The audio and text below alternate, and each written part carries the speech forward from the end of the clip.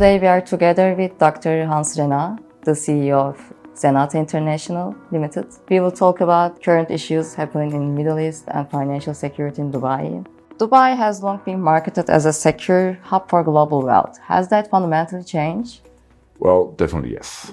From a macro financial perspective, Dubai's positioning as a safe haven is no longer tenable. A safe haven has three major requirements. We have low geopolitical beta, institutional predictability, unstable capital flows.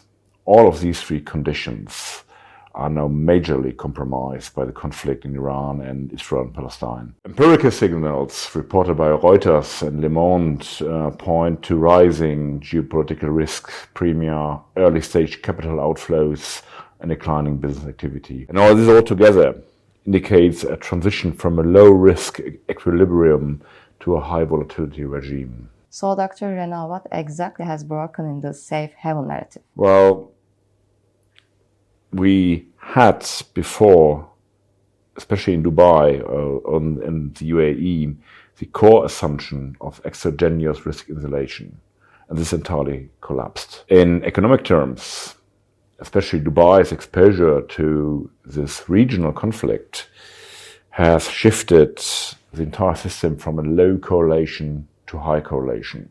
We saw that Iran's strike capabilities effectively integrate Dubai into the same risk system as the broader Gulf, for example, Qatar, which wasn't perceived like this before. Especially the Reuters reporting on attacks affecting shipping and aviation confirms that key infrastructure is already within the conflict's functional reach. And this is actually the core of the problem. So we've seen elimination of diversification benefit that previously justified capital allocation to especially Dubai. Many wealthy individuals still feel safe physically in Dubai.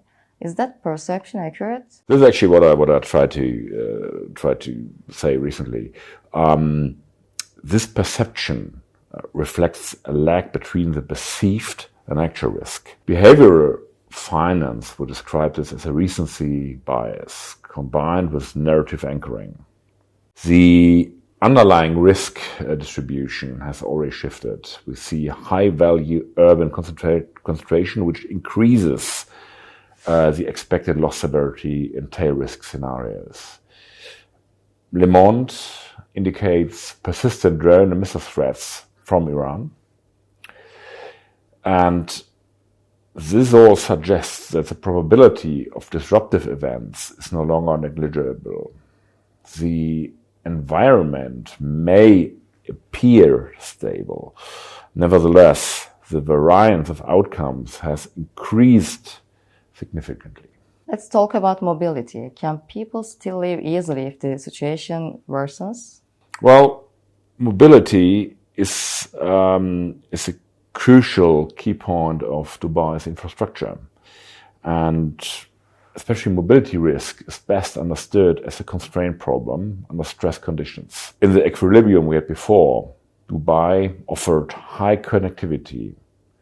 In the disequilibrium we see now, that connectivity becomes very fragile. Reuters reported about flight disruptions across Gulf hubs like Dubai, Abu Dhabi, Qatar. And this is a very early indicator of an increasing network fragility.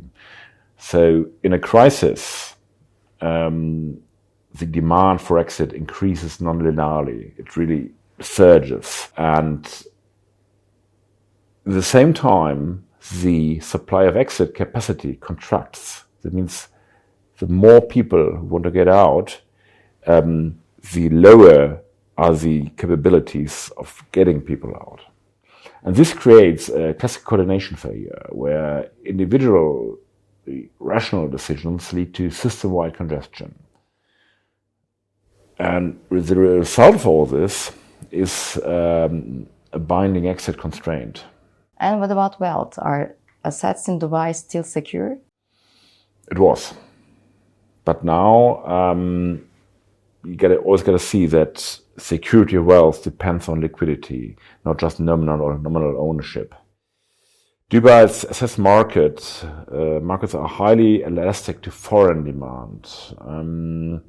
When expectations shift, liquidity can evaporate rapidly. Reuters, in the last 2 weeks, reported a slowdown in the UAE's non-oil sector, which is a leading indicator of declining economic momentum. Especially the UAE are getting more and more dependent on the non-oil sector.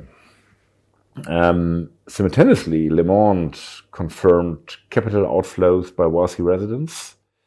And this is kind of vicious combination because it suggests a negative demand shock.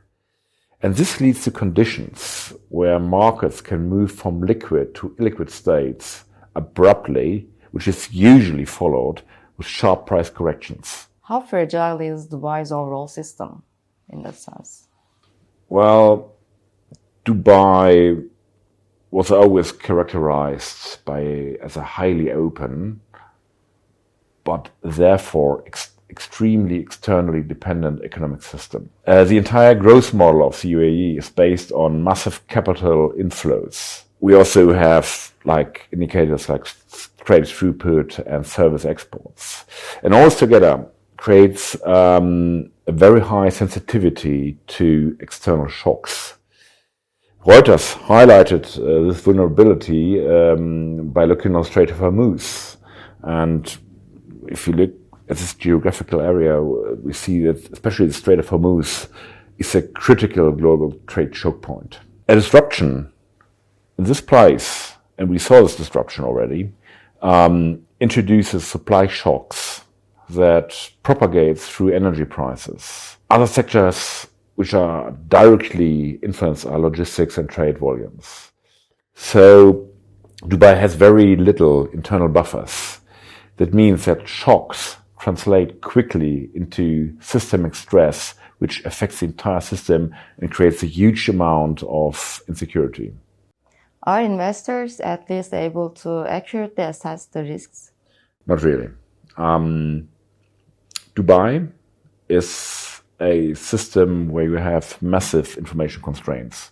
So you have a government which in the background controls information which are given out.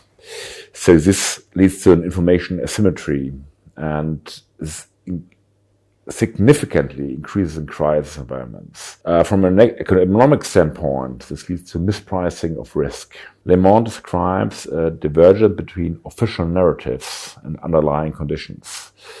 And this actually suggests incomplete information in the market, which leads to, bad or misinformed decisions made. When agents operate with imperfect information, asset prices tend to lag reality whereas before. So we have a gap between the perceived and the real situation. And this is followed by abrupt corrections once new information is incorporated. Well, we got to see that the information, of course, in UAE is a bit restrained, but they're not living in an isolated island because they also get exterior information. And if you have then this divergence, this creates massive constraints and improbabilities. How realistic is a full collapse scenario under these conditions? Well, we talk about a non-zero probability with a increasing likelihood under the ongoing escalation, even with the now imposed ceasefire. Reuters has already documented multiple stress indicators, including infrastructure incidents, aviation disruption, and economic slowdown. And as I described the Dubai or UAE economic system before, these shocks are not isolated, but they are correlated signals. And if they intensify simultaneously, you get a cascading failure dynamics. It's a bit like domino bricks. You touch one, and at the very end, the entire system collapses.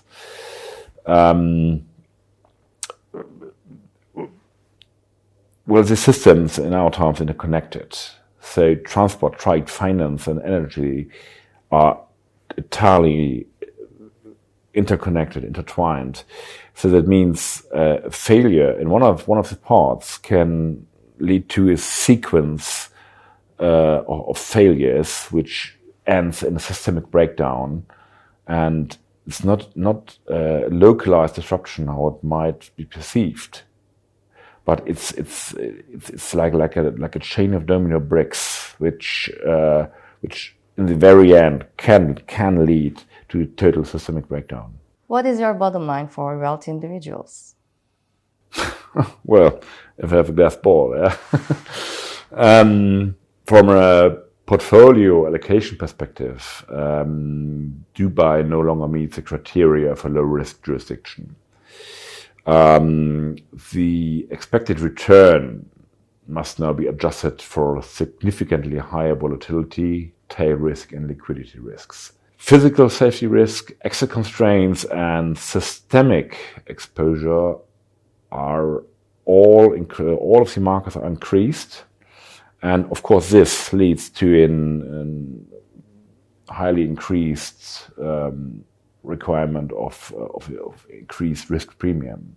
If we talk in practical terms, this altogether shifts Dubai from a defensive allocation spot where you can put your money and safety to a quite speculative exposure to geopolitical outcomes. That means this exogenous insulation is not there anymore. It's not this isolated island anymore. It's now totally prone to geopolitical outcomes. It's in the not in the center, but on the rim of conflict, and it's directly influenced by the conflicts there. Not only with Iran and Israel, also with Israel and Palestine and everything going on in the Middle East. And your final recommendation for us? Well,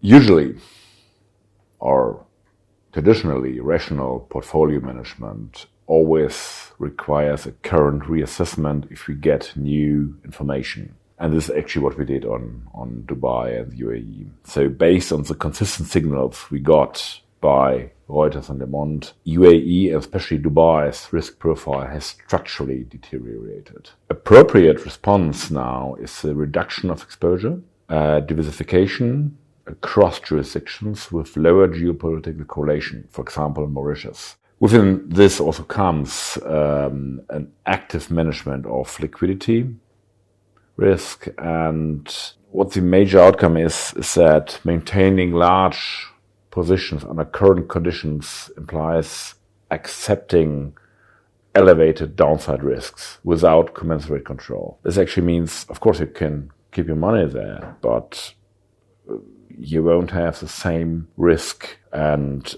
same safety conditions you had before the conflict. Thank you, Dr. Rena, for all the information you shared with us.